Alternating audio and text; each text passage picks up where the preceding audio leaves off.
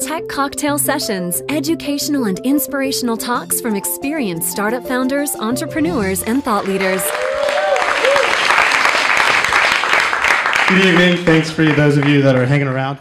If anyone needs to break their fast, please feel free to stand up and go. I completely I don't understand, but we do have an associate that works with us that just broke it, so if you need to do that, please go ahead. So Frank is right. I was a lawyer, and I actually became a retailer. Just some conversation that I had when I asked my brother for a discount. He wouldn't give it to me, so I went to work for Best Buy and really came up with some really cool concepts over a couple days that I was just working there. And I had just a casual conversation with the COO who gave me an offer I couldn't refuse. He said, why don't you quit the practice of law, and I'm going to pay you $9 an hour to come work for me as a salesperson. I said, you know what? That sounds like the best idea ever. So I quit and decided to become a retailer. A few months later, I was a manager. And really what happened was I quickly realized that I had a different way of managing. And it really was about digging into these stacks and stacks of reports and really figuring out what my customers that didn't buy, what they really wanted and at what price. And then I would connect back with them personally. And I was driving all these sales. Well, all the stores I was working in started to churn and become really profitable. And over time, they asked me to come and teach other managers to do this. Well, what I learned was managers were really good at asking for customers' names and what price. They didn't want to do the math. So I then went to work for another retailer to see if it worked there, and lo and behold, it did. So I said, okay, I got to try one more. So I went to work for another one, and it worked again. And so now I'm thinking, God, I have this great idea. I got to go do something. So I started looking around for someone who could take this idea and design something. And I went through my first group of designers, and they just couldn't get it. They just didn't understand. Then I met Carrie, and Carrie, my co-founder, is a former band manager. So you know he's just out there, and he's got this creative vision. And he said, let me hear what you've got. And I said, I've got this company. It's called Emerge. And he said, that's dumb. So we got to change the name. Think of something else. So I said, hey, let's call it Salamander. And Carrie's like, that's not going to work either. How about Lemur? So we came up with Lemur because we were capturing the long tail of retail. And Carrie started designing all this really, really cool stuff. And then I started thinking, well, who's in my network that I can touch base with that can help me actually make this a reality? And I started going back through my college friends, my law school friends. No. Well, I went to the special high school in Northern Virginia, Thomas Jefferson, and there was an individual there who is Evan Burfield, who's chair of Startup DC. So I emailed him. No answer. I emailed him again. No answer. I emailed him again. No answer. The 6th email, I get a response that says, will you stop emailing me if I meet you for breakfast? I later came to find out that breakfast to him is the way to eat and just get rid of you. But I pitched him, and over 2 hours, I told him how we were coding in C#, and it was going to be unbelievable. And he said, wait, what is that? And I said, you know the pound symbol. He said, that's C#. The first thing you need to learn to do is understand what you're doing. And I said, okay. And I said, what's the next thing, Evan? He said, go raise some money. I said, from who? He said, your friends and your family. If you can't convince your friends and your family that this is a good idea, then quit. And this is like on a Thursday. So on Monday, I call him. I said, hey, Evan, I raised $40,000 to quit my job. What next? He's like, you did what? He said, well, I guess now you should go raise more money. And before you go raise more money, though, you need to go to this event. This is where the VCs are. This is where the entrepreneurs are. And you need to go start networking with these people. So he sent me this link to this NVTC event where Jonathan Pirelli, Jonathan Aberman, John Burke, and Tom Weithman were going to be speaking at. So for 3 days, I did what every good lawyer did. I studied, and I researched, and I looked, and I said, I'm going to learn everything there is to learn about these people. Well, I get in the elevator, and who here knows Jonathan Pirelli? Do you guys know Jonathan Pirelli? Well, he's got a very distinct look to him. And so I get off the elevator, and I see this squat, little, bald man. And I go, Jonathan Pirelli! And he turns around, and he looks at me, and I say, you don't know me, but I'm going to change retail. So if you give me 5 minutes of your time, I'm going to tell you how. And he said, this is scary. And I said, well, listen, you started off, and I started going through his whole history of everything he had done in entrepreneurship, from the first business he started when he was in high school, all the way, I went through the 9th O of Google to figure all this stuff out. And he was scared.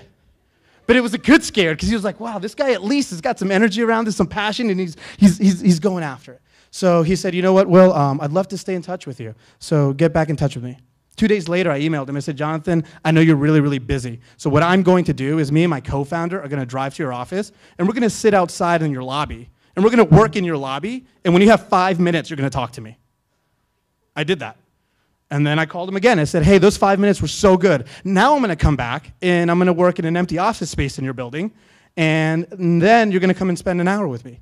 And then he did. And then all of a sudden, Jonathan was a believer.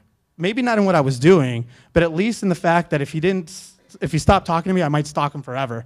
So he started responding quicker and quicker to my emails. And I'm telling Evan, I said, I've got this VC who's really helping me, and he's starting to mentor me. What should I do next? And he said, you know what, you need to go talk to these individuals. He pointed me to Cooley. And I went over and I spoke to Catherine Ferguson, and I took her this 30-page business plan. And she said, what do you want me to do with this? And I said, I think you should read it. She goes, I won't.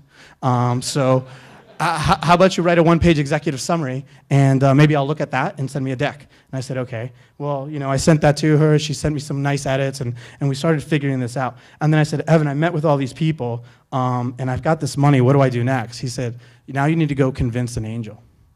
And so what I decided to do was I decided to work on my pitch with every single individual that I knew.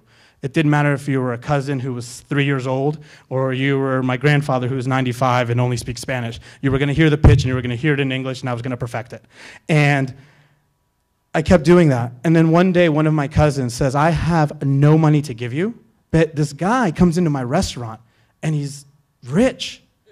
He's like really rich. And I'm like, when I say rich, I mean rich, Will. Do you want to talk to him? I said, I love rich people, yes.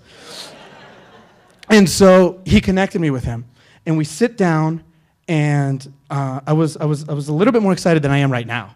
And I sat there, and I told him my story. I told him what we did, and I told him my product, and I told him my vision. And he goes, you know what? I used to work in retail, and I used to hate all that old stuff, and I used to hate not being able to get in touch with my customers. How much money do you want? I didn't even know how much money I wanted. I said, I don't know, 100,000. He goes, let's go to the bank. And we went to the bank. I drove him there. I said, let's go. And he wrote me a check. And I call Evan up. I go, Evan, I just had a meeting. Someone wrote me a check for $100,000. What do I do next? He goes, let's start building something. And so I said, okay, well, what do we do now? He said, well, now we need to find technical talent. And I was lucky, right? So I was lucky. I had Evan, so he knew technical talent. We started building that.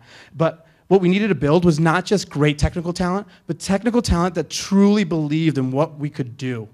And what we could do if they were bought into my vision, along with their skill set, along with Carrie's vision, along with everyone else who was coming around us. And so we started building this product. And we really didn't have anything, but we had a question earlier about when do you start calling enterprise? Well, I actually picked up the phone and called the CEO of Best Buy. And I said, hey, you changed my life 8 years ago. I'm about to change yours. I just need 5 minutes of your time. Talk to me. 24 hours later, he emailed me. He said, when are you available to talk? And I was like, oh my gosh, someone's actually listening. This is amazing. And so now I'm actually really scared. I'm like, what are we going to do, right? So we better start moving. So now what I decided to do was like, I'm ready to talk, and but I know you're really busy, so let's talk in a few weeks. And he said, yeah, that sounds great. In the meantime, what I did is I went back out and I reached back to my former boss, who is Jeff Katz, who now works for me, and my former, I will say protege, but he was more Jeff's than mine, Asad Ali, who are now like these top-notch managers at Best Buy. And I said, hey, I've got something, I want to show it to you. And I showed it to them, and I said, what do you guys think about this? What do you guys think? And Jeff said, well, I'm quitting my job tomorrow to come work for you. I said, I can't pay you. He goes, that's cool. This is going to be big. We'll figure it out later. I said, Asad, what do you think? He said, I'm going to quit my job and come work for you. And I said, wow, this is great. I mean, if I can run a business without having to pay people, this is amazing. I'm going to be profitable in 3 hours. So we started using Jeff and Asad and their contacts and really building what we were building around kind of that end user experience. So someone already talked about it earlier, right? Like, what is the person who's going to use it, that user story? You know, we didn't have great names. What we had was manager who needs to, pay his bills. Manager who's working 120 hours. How do we make it down to 80 hours? And we're trying to figure out how to build all this. And then we started seeing what else was out in the marketplace.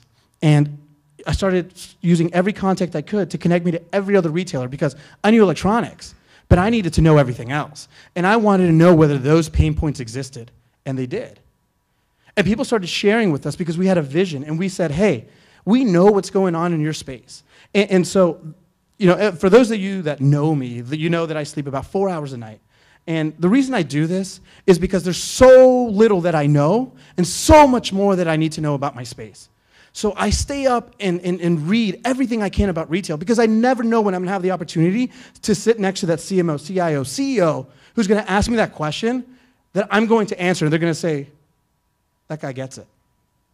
And I've been lucky enough that people have said that at a lower level and have started to push me up and connect us. And so where we are now is we've taken what our users are going to be, what they're saying back to us, what the people that initially messed around with the platform and we're looking at, and we've really kind of cultivated the ultimate experience. Because if you really can listen to your users and you can connect that to your vision, you can change the world. That's how we got to product. Thank you.